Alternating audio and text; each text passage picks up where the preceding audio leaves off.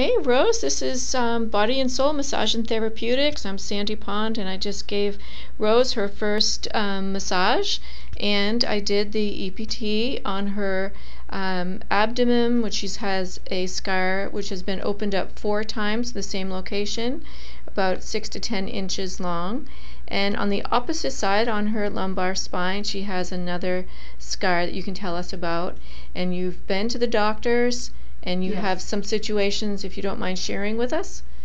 They are just telling me that there's a lot of scar tissue in there, which is compressing some of the nerves, which is causing it to affect my sciatic nerve, and there's not much they can do with the scar tissue. And what do they want to do? They're just at this point telling me that I can take pain pills that will, but there's not a whole lot they can do other than opening it up, scraping it off, and then possibly having to put a rod in, and that's not acceptable. Right. And so after this one session with the EPT, you just came out of the bathroom.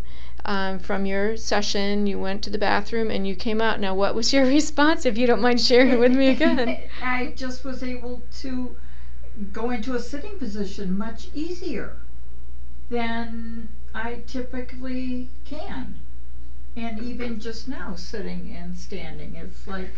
You have more... Bend over a little bit. See, you know, do you mind standing up and just bending over a little bit and seeing how much, any difference? Yeah, it's not nearly as tight. It's not as tight. Yeah. And what about going side to side? You have part of your issue was on your inner right hip. Yes. And how does that feel? No, that's still tight. Okay. That's gonna... Okay. It's different. Okay, and that's probably scar tissue that's affected other organs. Yes. Because it's at a distal from the site itself. Yes. All right. Well, this is a wonderful beginning. Thank you so much for coming in. Thank you.